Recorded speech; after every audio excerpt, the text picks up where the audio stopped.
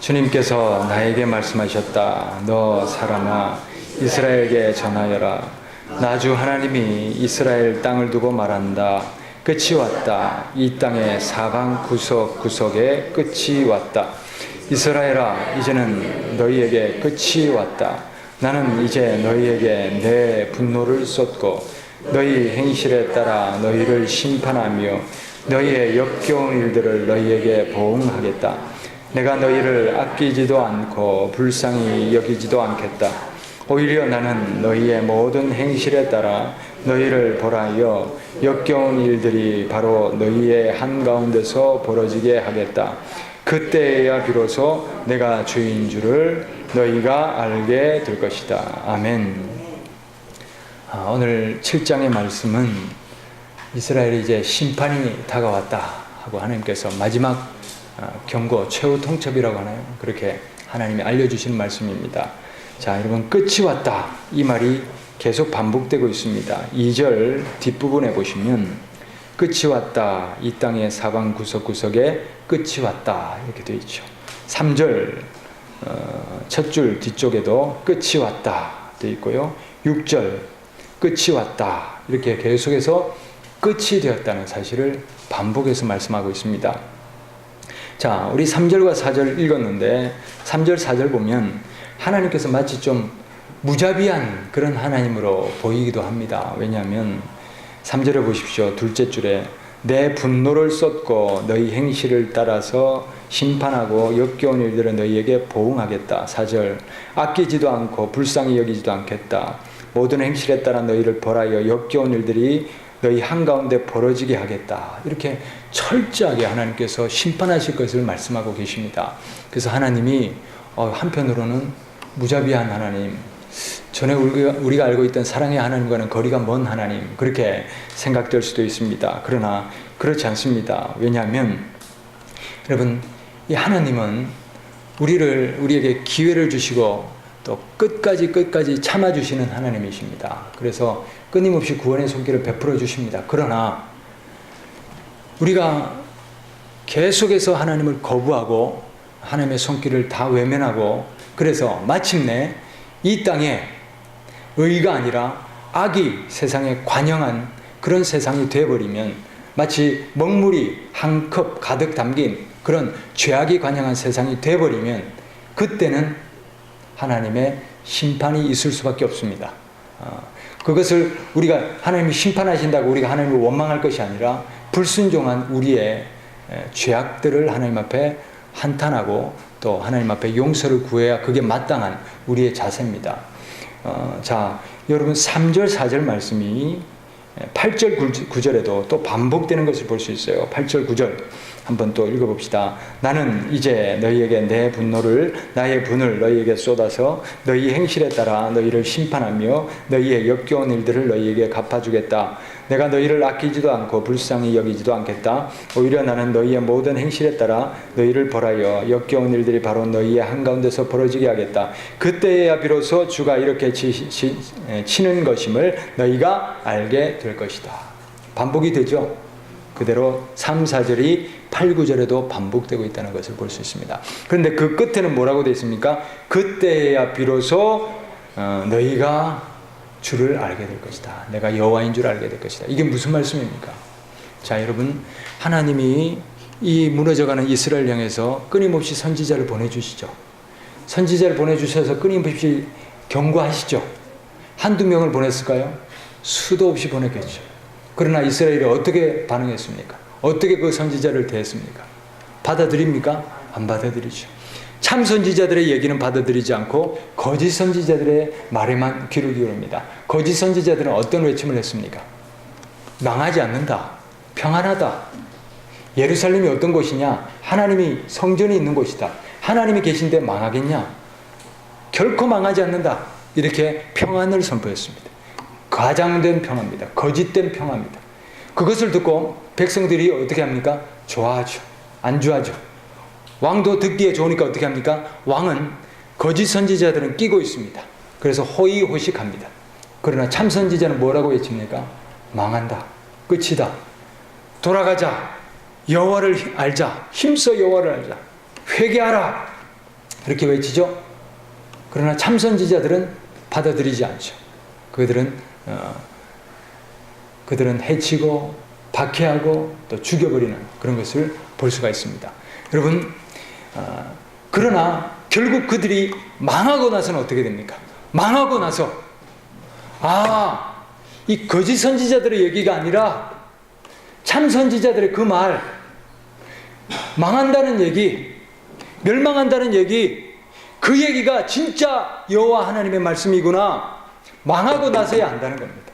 그제서야 너희가 내가 주인 줄 알게 될 것이다. 그제서야 그게 진짜 하나님의 말씀이었다는 걸 알게 될 것이다. 그제서야 우리가 우상숭배에 빠지고 우리가 죄를 짓고 있다는 것을 깨닫게 될 것이다. 그제서야 회개하라고 하시는 그 하나님의 말씀이 깨달아질 것이다. 그래서 결국 어떻게 됩니까? 망하고 포로로 끌려가고 나서야 그 땅에서야 결국 하나님을 기억하게 되는 겁니다. 하나님을 다시 찾게 되는 겁니다. 그래서 하나님을 다시 찾고 하나님 앞에 돌이키고 또 하나님의 말씀과 또 하나님의 언약을 회복할 때에 어떻게 됩니까? 그 땅도 회복되는 것을 볼 수가 있습니다. 자, 그 다음 우리가 보겠습니다. 15절 말씀. 같이 읽읍시다. 거리에는 전쟁이 있고 집안에는 전염병과 기근이 있다. 들녘에 있는 사람은 칼에 찔려 죽고 성읍 안에 있는 사람은 기근과 전염병으로 죽는다. 자, 여러분, 여기에 나올 수 있는 심판의 도구는 다 나와 있습니다. 전쟁 나왔죠. 전염병, 기근 나왔죠. 칼도 나왔죠. 그러니까 하나님이 어떻게 심판하신다는 겁니까?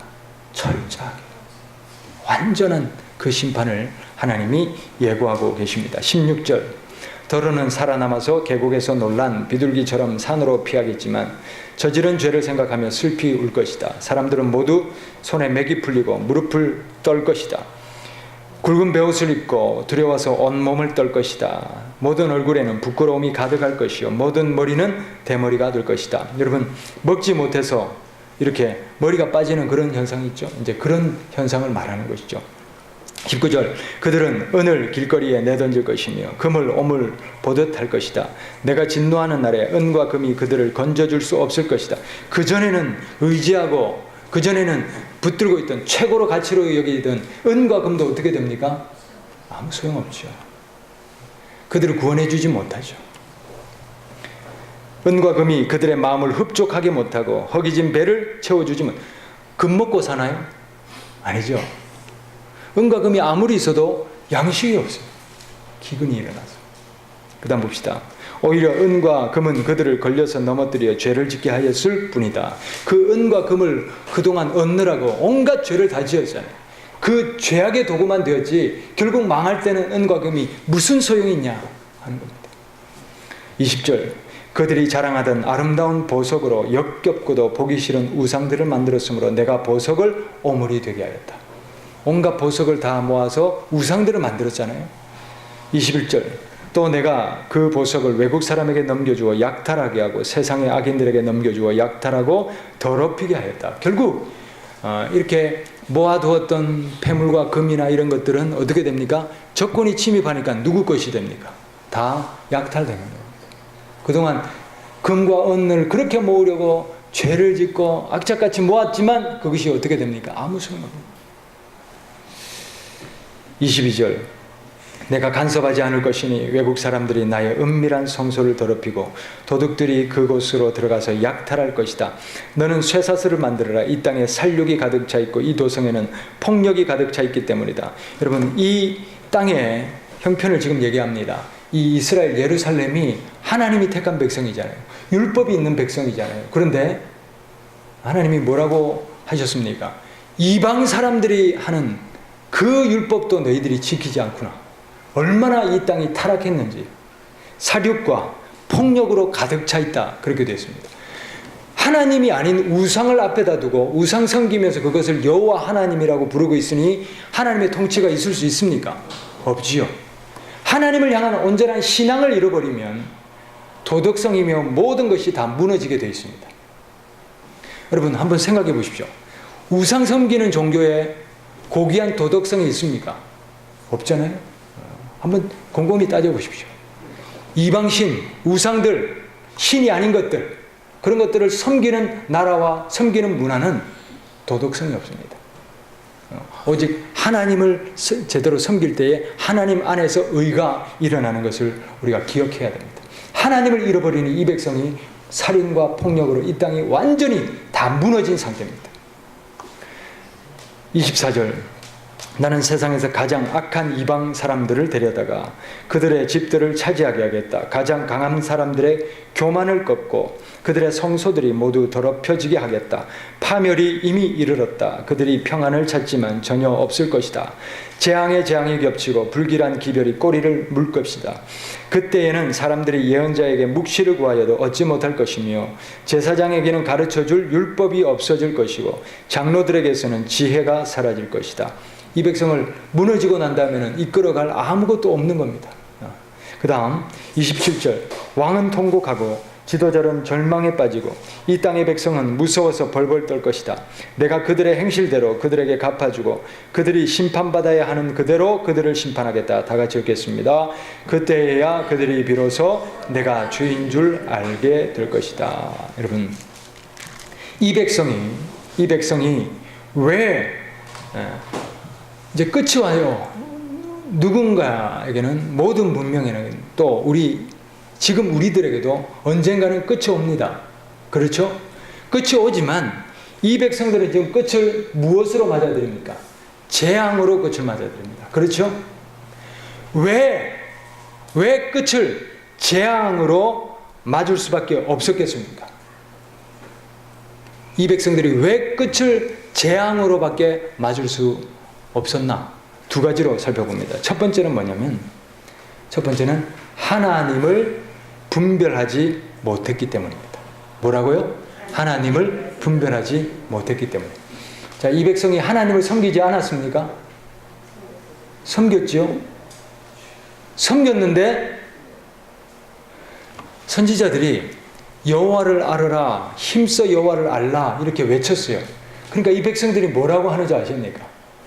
우리가 여호와를 알지 않냐? 우리가 여호와를 지금 섬기지 않느냐? 이렇게 얘기했습니다. 우상을 섬기면서 우리가 지금 여호와를 섬기지 않느냐? 이렇게 얘기했다는 겁니다.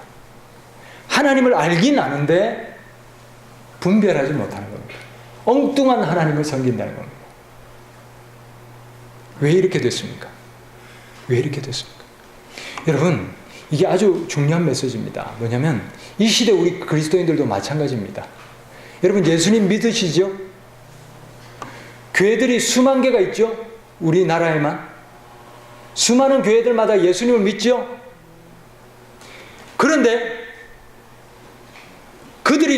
우리가 믿는 하나님은 어떤 하나님이냐? 참 하나님 맞느냐? 우리가 하나님을 분별하지 못하고 그저 종교 습관에만 취해 있으면 구원받지 못할 수 있습니다. 여러분, 하나님을 알되 참 하나님을 우리가 알아야 됩니다. 자, 이 백성들은 어떻게 하나님을 섬겼냐면 먼저 종교적 습관에 취해 있습니다. 뭐냐면, 자, 하나님으로부터 율법을 받았죠. 그러면 율법이 기준이 돼야 되는데 이 율법이 아니라 율법을 가지고 바리새인, 서기관, 제사장 이런 사람들이 그 율법을 가지고 자기네들이 이제 또 맞도록 이렇게 율법을 자기네들을 나름대로의 자기 율법화 시켰습니다. 그래서 안식일을 기억하여 거룩하게 지켜라. 이 계명이 있으면 거기에다가도 또 수많은 조항들을 붙여가지고 본질의 율법이 아니라 자기네들 종교 습관으로 지키는 그 율법을 만들어 놨다는 겁니다. 이게 예수님 시대에 바리새인들이 그랬잖아요. 그렇죠? 바리새인들 누구보다도 하나님의 율법을 잘 지킨다고는 하는데 오히려 생명을 해치는 일에 제일 발빠른 사람들이 바리새인이었습니다. 마찬가지입니다. 이 당시 종교인들 열심히 제사 의식 잘했을 것입니다. 열심히 하나님 섬긴다고 종교의식 잘했을 것입니다. 열심히 율법 지킨다고 지키고 있었을 것입니다. 그러나 그것이 과연 하나님인가? 하나님의 율법인가? 그것입니다.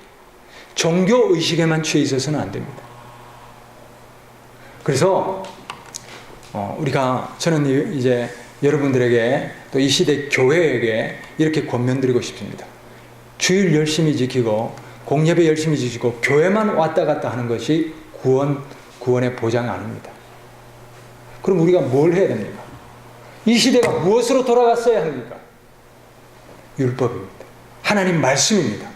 자기네들의 의식화된, 자기네들이 만들어 놓은, 자기네들이 종교 습관에 취한 그 율법이 아니라 하나님이 계명으로 모세를 통해서 주신 그 원래의 율법, 본래의 율법, 말씀의 근원으로 돌아가야 하는 것입니다. 우리도 마찬가지입니다. 저는 엄중하게 말씀드립니다. 교회 왔다 갔다 하는 게 구원의 조건 아닙니다. 말씀 펼치십시오. 이 말씀이 여러분을 구원하는 생명의 복음입니다. 여러분, 저는 우리 교인들 전부가 매일 말씀을 펼치는 그런 교인들 되시기를 바랍니다. 교회 왔다 갔다 하는 것, 일주일에 한 번씩 왔다 갔다 하는 이 종교 습관이 구원해 주지 않습니다. 거듭 반복해서 말씀드립니다.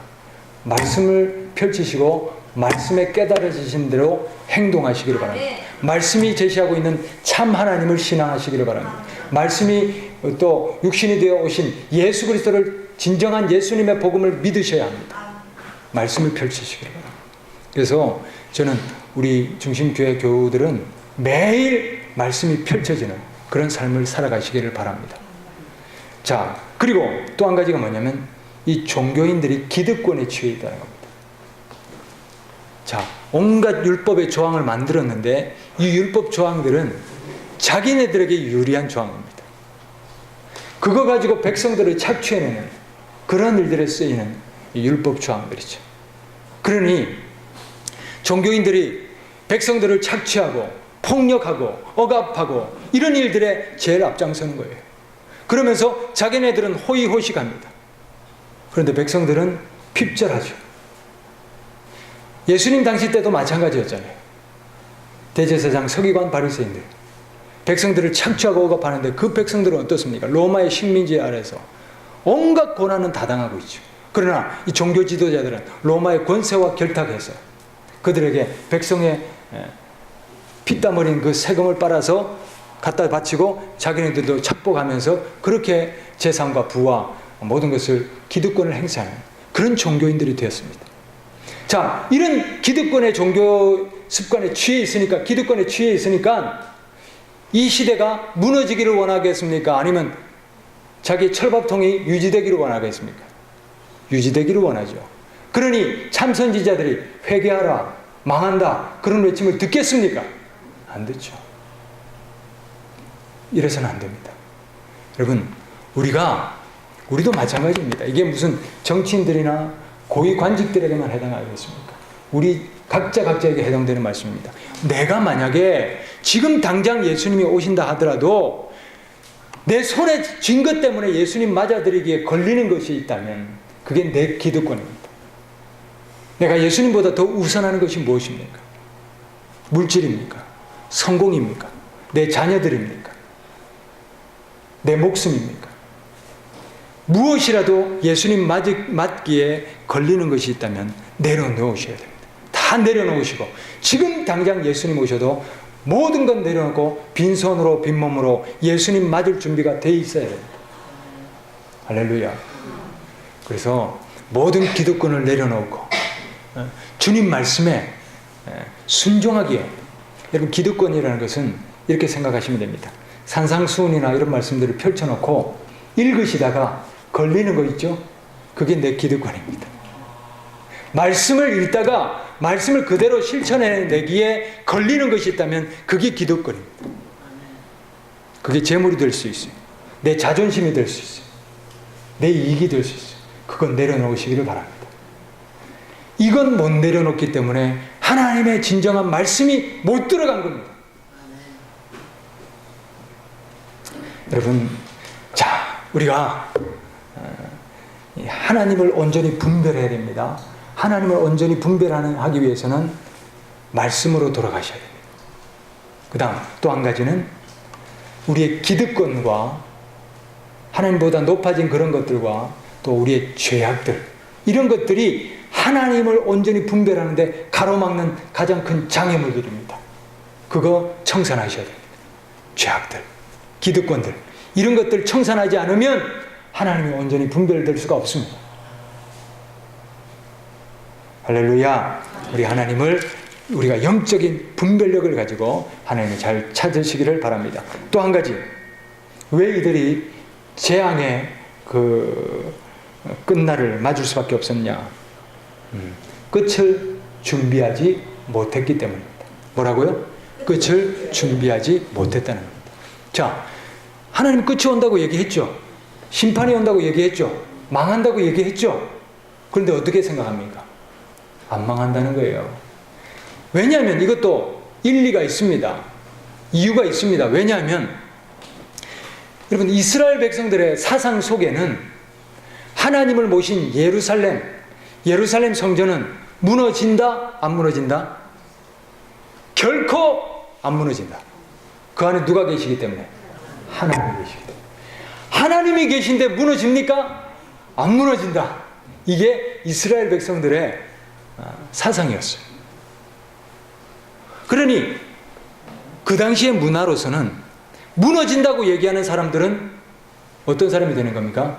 그게 가짜 이단 그리고 거짓 선지자, 그 사람들이 거짓 선지자가 되어버린 거예요.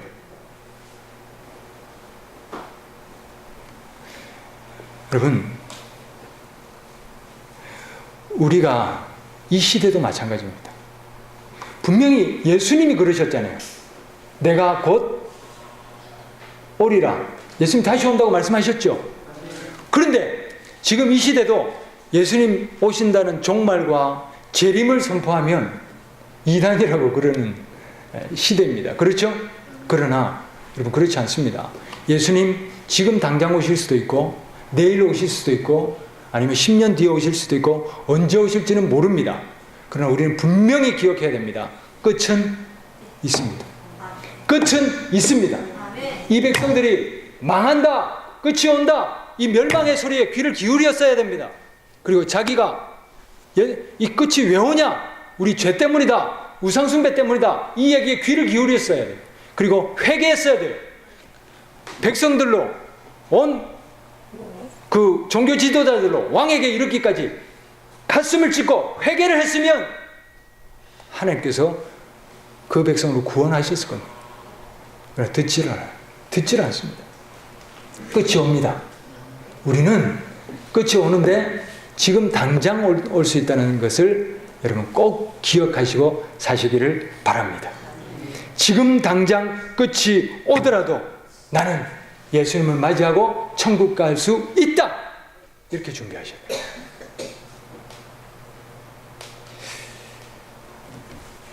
여러분, 예수님 오시면, 지금 당장 오시면 천국 가실 수 있습니까? 끝이 온다니까요. 끝이 옵니다. 끝이 옵니다. 회개하셔야 됩니다. 준비하셔야 됩니다. 그 끝이 언제가 될지 모르기 때문에 우리는 지금 당장 올 수 있다, 이 각오로 매일매일 끝처럼 살아야 됩니다. 할렐루야. 그래서 일말의 죄악이라도 남기지 마시고 매 순간 매일매일 하나님 앞에 존절하게 끝이다 하고 살아가시기를 바랍니다. 오늘 말씀 두 가지로 요약했습니다. 이 백성이 왜 재앙의 끝을 맞을 수밖에 없었냐? 첫 번째, 누구를 분별하지 못했다? 하나님을 분별하지 못했다. 하나님을 분별하셔야 됩니다. 하나님을 분별하기 위해서 말씀 펼치시고 또 장애물이 되는 죄악과 기득권 다 내려놓으셔야 하나님을 온전히 분별할 수 있습니다. 또 한 가지, 끝을 준비하지 않았어요. 끝을 준비하셔야 됩니다. 언제 끝이 옵니까? 지금 당장 올 수도 있습니다. 지금 당장 끝이 오면 뭐 해결해야 됩니까? 죄를 해결하셔야 됩니다. 회개하셔야 됩니다. 일말의 죄악도 남기지 마시고 지금 당장 예수님 오시더라도 맞을 수 있는 천국 백성들 되시기를 바랍니다. 끝이 왔다. 몇 번이나 반복하고 있습니다. 이것은 바로 이 시대 우리들에게 주시는 하나님의 경고의 음성인 줄 깨달으시고 끝을 준비하는 저와 여러분 되실 수 있기를 바랍니다.